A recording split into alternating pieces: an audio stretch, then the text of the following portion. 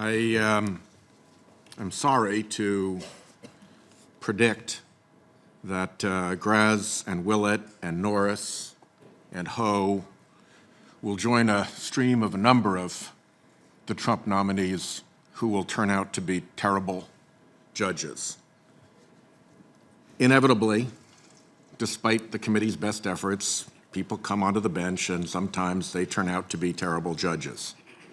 But this is different. I think these nominees are here precisely because powerful interests expect them to be terrible judges. For those powerful interests, this is not a bug in the nominees' candidacies, it is the feature. I've spent some time in courts, and the worst experience a litigant can have is for the judge to favor one side. It's great, of course, for the favored party, but it is the very definition of a terrible judge. Powerful political interests expect, I believe, that when a case comes before these nominees requiring them to balance the interest of the firearms industry against the interest of public safety, they will be a reliable vote for the firearms industry.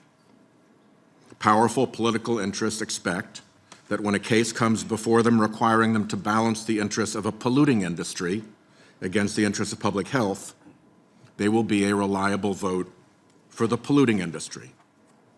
When a case comes before them requiring them to balance the interest of Americans in open access to the ballot against the interest of the local power structure in systematically discouraging certain voters, I believe they're expected to be a reliable vote for the power structure. When a case comes before them requiring them to balance the interests of a big employer against the interest of its employees in a safe workplace or in fair treatment or in a court remedy for mistreatment, powerful political interests expect they will be a reliable vote for the corporate employer. Specifically, I fear that they'll be expected to disfavor the constitutional right of access to a jury because that pesky jury right inconveniences powerful interests who can throw their political weight around in Congress, but not in courtrooms. Every era has its big political influencers who wield power over government.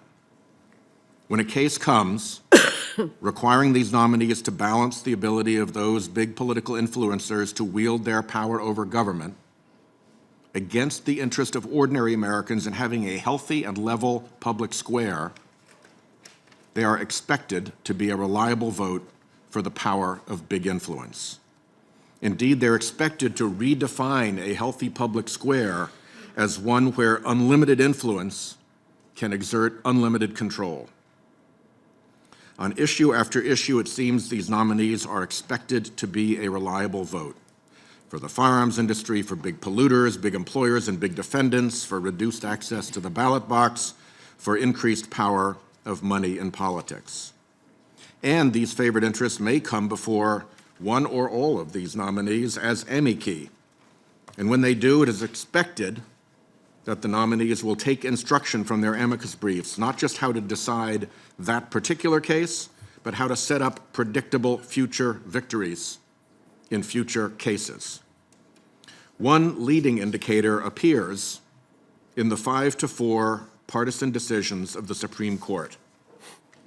When it acts alone, the Republican-appointed majority of 5 has shown itself reliable for the firearms industry, reliable for big polluters, big employers, and big defendants, reliable for reduced access to the ballot box, and most important, reliable for increased power of money in politics, even reliably setting up predictable future victories, as in the Janus case before the court now. If this is not what is happening, why the elaborate special interest machinery to select nominees and crank them through? Why the all-important judges list from candidate Trump for the big interests to inspect and approve? Why the unprecedented block of Judge Garland and the present threats to our venerable Senate blue slip? Why the majority leader's stated intention to change America and I wonder in whose favor, through these judicial appointments. Why such huge amounts of dark money spent to push judicial nominees with political ads? Seriously, who spends big money on an umpire just to have them call balls and strikes fairly? I hope and pray that I am wrong, because it is a terrible feeling to go into an American courtroom knowing that you are up against a favored interest. That is not how courtrooms, supreme or otherwise, are supposed to work. Not in America, anyway.